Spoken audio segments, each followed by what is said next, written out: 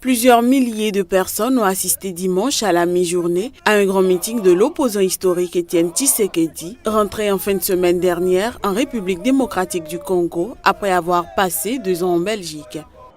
On est fatigué, on n'est pas en bas de dialogue parce qu'on on va parler avec qui? On va parler avec qui? On va parler avec quoi? Les dialogues, c'est quoi les dialogues?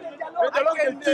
Nous vraiment les dialogues, c'est un article 2277, respect de la Constitution, le 20 décembre, L'opposant historique en République démocratique du Congo, Étienne Tshisekedi, a exigé la tenue de la présidentielle d'ici la fin de l'année et le départ du président Joseph Kabila le 20 décembre lors du meeting populaire à Kinshasa. L'opposition espère que la popularité de son chef de file permettra de mettre la pression pour obtenir des avancées face au président Kabila, soupçonné de vouloir demeurer au pouvoir au-delà de la fin de son mandat, au mépris de la Constitution en retardant l'élection présidentielle. Chasser Kabila par force. Je me rappelle très bien que le peuple burkinabé sont fait chasser le campagne au reste le matin. Pourquoi pas nous, des Congolais? Il ne fallait pas se faire seulement passer parce que c'est Kabila qui nous gouverner. Ça fait 14 ans au pouvoir. Qu'est-ce que Kabila a fait? Bon, vous êtes en train de regarder notre pays. On ne doit plus beaucoup parler.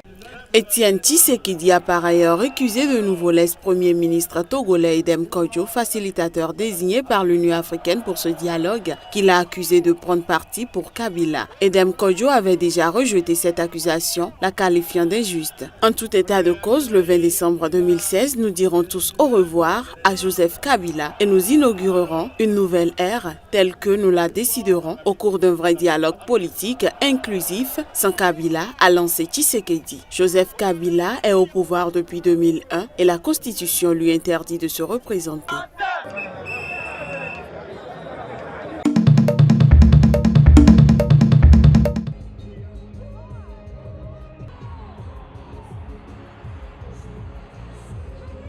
Le président sud-africain Jacob Zuma a exhorté dimanche les électeurs sud-africains à voter massivement pour le parti au pouvoir, le Congrès national africain ANC, lors des municipales de mercredi.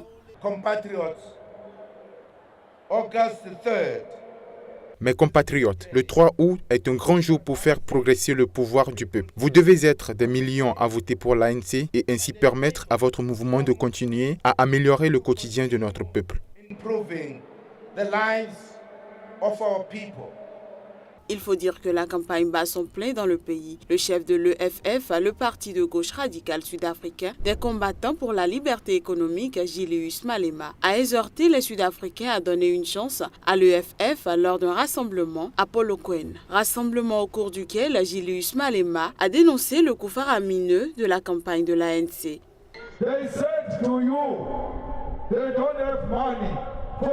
Ils vous disent qu'ils n'ont pas les fonds pour un enseignement gratuit, mais l'ANC a dépensé plus d'1 milliard en 3 mois pour sa campagne électorale. Imaginez s'ils avaient utilisé ce milliard pour le donner aux étudiants du TUT, Tshwane University of Technology, de Wits, à l'UNISA, à l'Univen, à l'Université de Limpopo.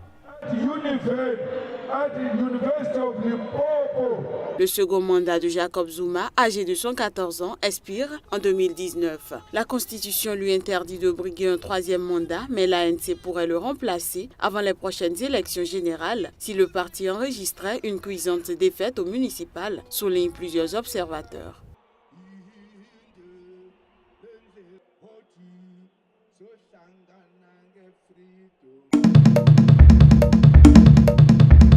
Après l'horreur, l'émotion et la révolte, il faut tenir et s'unir pour résister. C'est la réponse que la petite localité de Saint-Étienne de Rouvray veut envoyer à la France et au monde entier. Après les chrétiens qui ont prié à la mosquée, les musulmans se sont rendus dans une église de la localité pour une messe en hommage au père Jacques Hamel, assassiné par un commando djihadiste. Dans un moment comme ça, l'amitié pourrait être à l'épreuve. Eh ben non, elle se renforce même.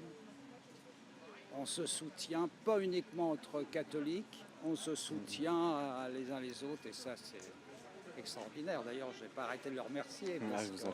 L'appel à l'unité face au terrorisme retentit bien au-delà de Saint-Étienne de Rouvray. Dans plusieurs villes, musulmans et chrétiens se rapprochent de plus en plus, conscients qu'il faut éloigner les germes de la division.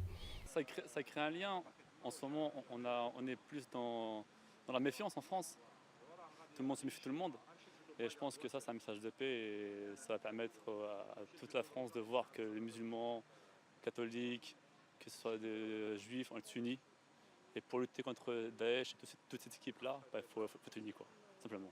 Du côté de l'enquête, les choses avancent. Les enquêteurs s'attellent à faire parler les téléphones portables des tueurs pour notamment comprendre comment ils en sont arrivés à se mettre ensemble. Pendant ce temps, une nouvelle personne a été arrêtée et mise en examen. Il s'agit du cousin d'un des membres du commando tueur. Selon le procureur de la République Richard Molins, la personne arrêtée avait hébergé un des tueurs et était bien informée de son projet macabre.